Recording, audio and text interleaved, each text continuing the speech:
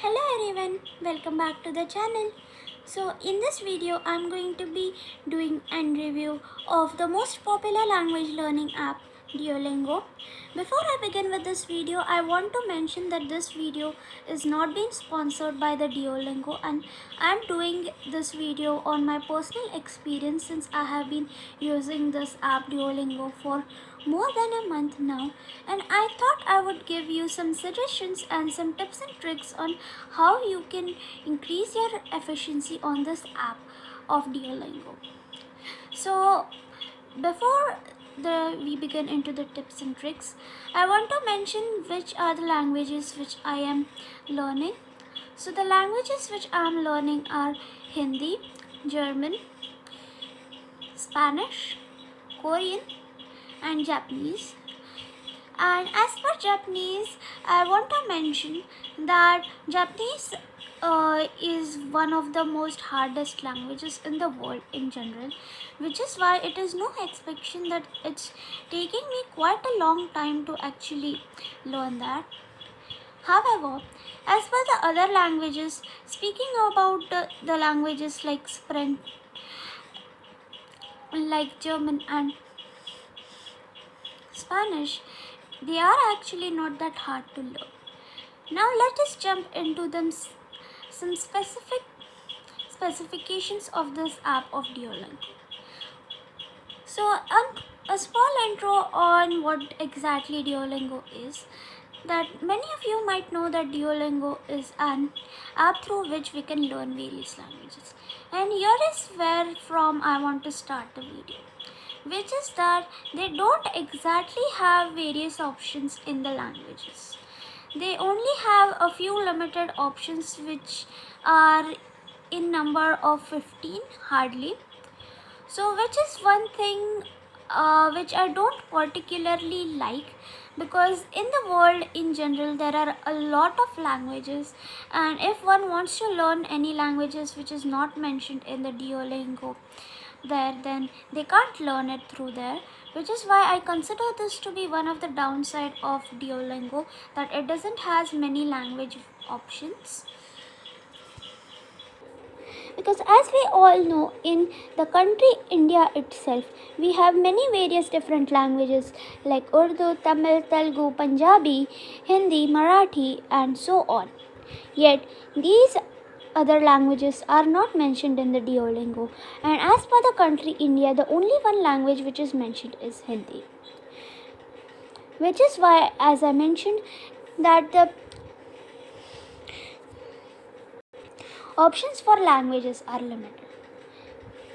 However, let's see, if you have chosen any of the languages which are mentioned, then what are the further things which you need to do. So after this step, Dio asks us on how much proficiency do we have in that language, whether we are learning it for the first time or we know a little bit about it. And accordingly from there we have to start.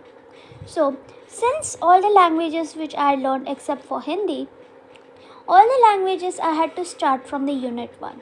So not going into the brief of how much levels they exactly have, because they have a lot of those, and if I speak in depth of each one of them, then this video is going to take a very long time, which is why in short I would say that they have certain various levels. For example, first is the Rocky level. Inside they have various smaller units, and in each particular units they various topics are there, and various words related to that topics are introduced to us. For example, one is weather and the other is how to order food in a restaurant, other is how to greet people and how to introduce ourselves and so on. This is to give you an idea about what are the various things which are taught in Duolingo.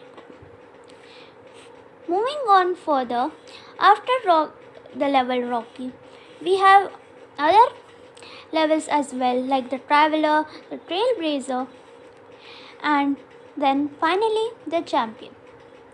So we reach this level after clearing several units, and in the other levels, as like the traveler and the trailblazer, we also have several smaller units with several smaller topics, as I mentioned earlier. After we reach the champion stage, they pretty much give us a mix of sentences and dictation types of questions to answer, which we have in general learned from the previous units. However, there is one more limitation to this, that all the sentences which come, they are pretty much the same over and over again, as they are just the words and the things which we had learned from the previous levels.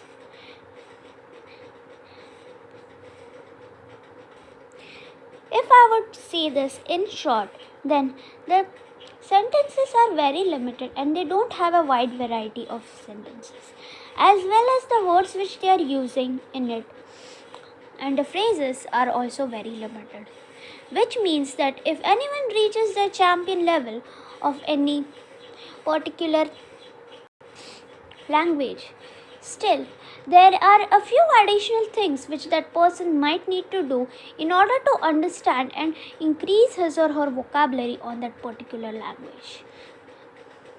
And also, one more thing which I would like to mention is that Duolingo is an app which is free, as we all might know.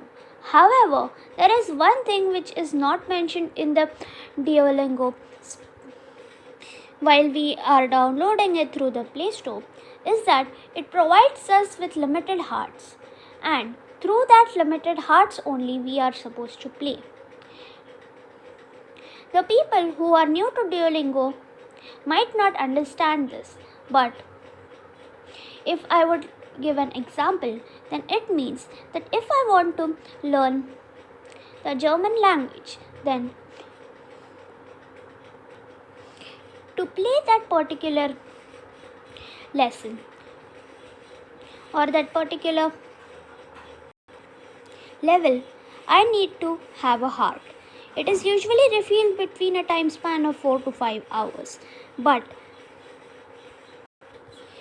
we can also do the practice of the particular lesson in order to earn the heart. And for that, we need to have less than 3 mistakes. And if we do that, then by the end of the lesson, we earn a heart. And the next thing in Duolingo is, except for heart, is that we earn XPs, which in short are points, I would say. And the person who has more number of points is been promoted to the leaderboard. And we can get these AXPs by playing as many levels as we can. And also depending on the time and accuracy, we get the XPs. Back to the hearts. The hearts are being deducted every time we make a mistake in the lesson, which means that limited hearts means limited time to play. It is usually said that if we just spend 15 minutes on the Duolingo, then we would be able to learn the new language. However, I completely disagree with this, and one of the main reasons for it is that in that 15 minutes, if we don't have enough hearts, which means we can't play anymore and we have to stop before that 15 minutes. And one more thing is that though Duolingo gives us certain rewards after certain things, like after completing a lesson or by earning maximum EXPs, there is one more drawback of the Duolingo, which is that in the beginning, when we start learning a new language, you asks us on how much time do we have to spend each day on that language. There are various options like 3 minutes, 5 minutes, 10 minutes, and 15 minutes, and 30 minutes as well. This is something which you can choose according to your liking. If you have more time spent that you can spend on any language, then you can choose your option accordingly. Well, moving on,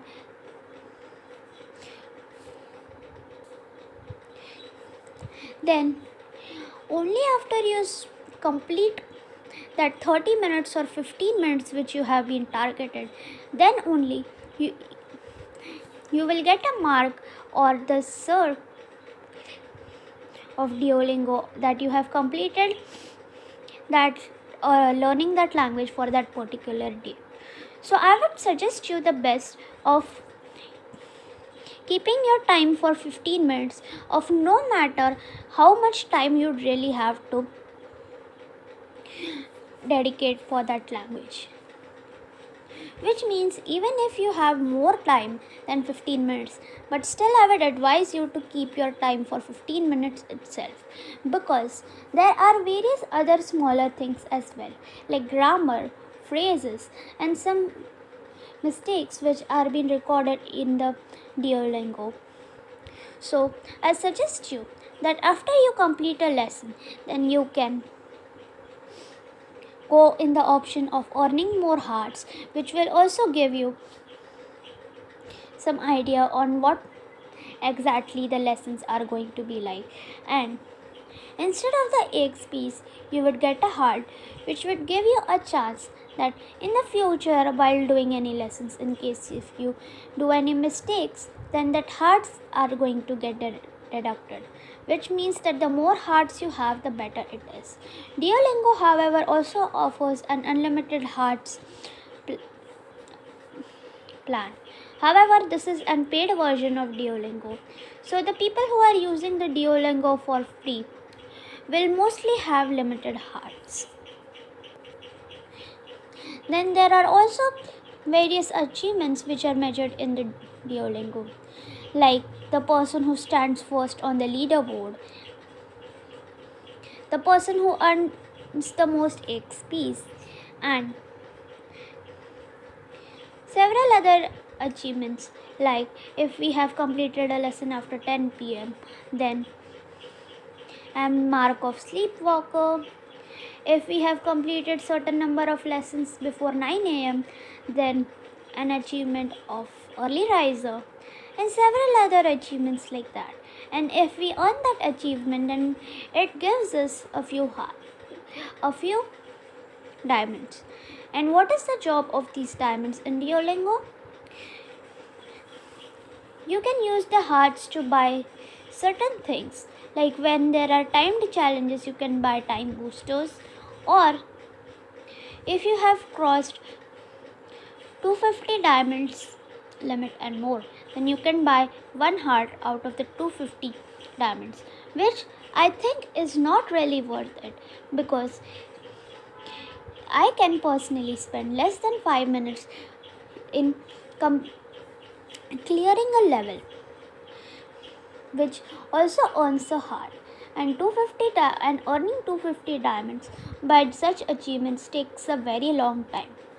However, as I mentioned earlier, the hearts are being refilled in between of every 4 to 5 hours. So, if you have played Duolingo before you went to sleep, and then you played directly the next day in the afternoon or in the evening, by that time you would most probably have about 5 hearts, which is personally a good amount of hearts to start with any lesson, because we also need a heart to start a new lesson.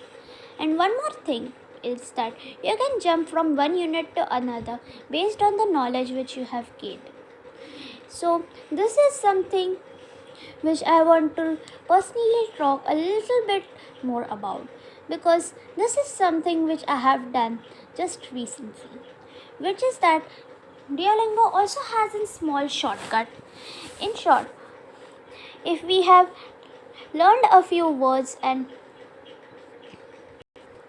know about that language pretty well, as what I did about Hindi,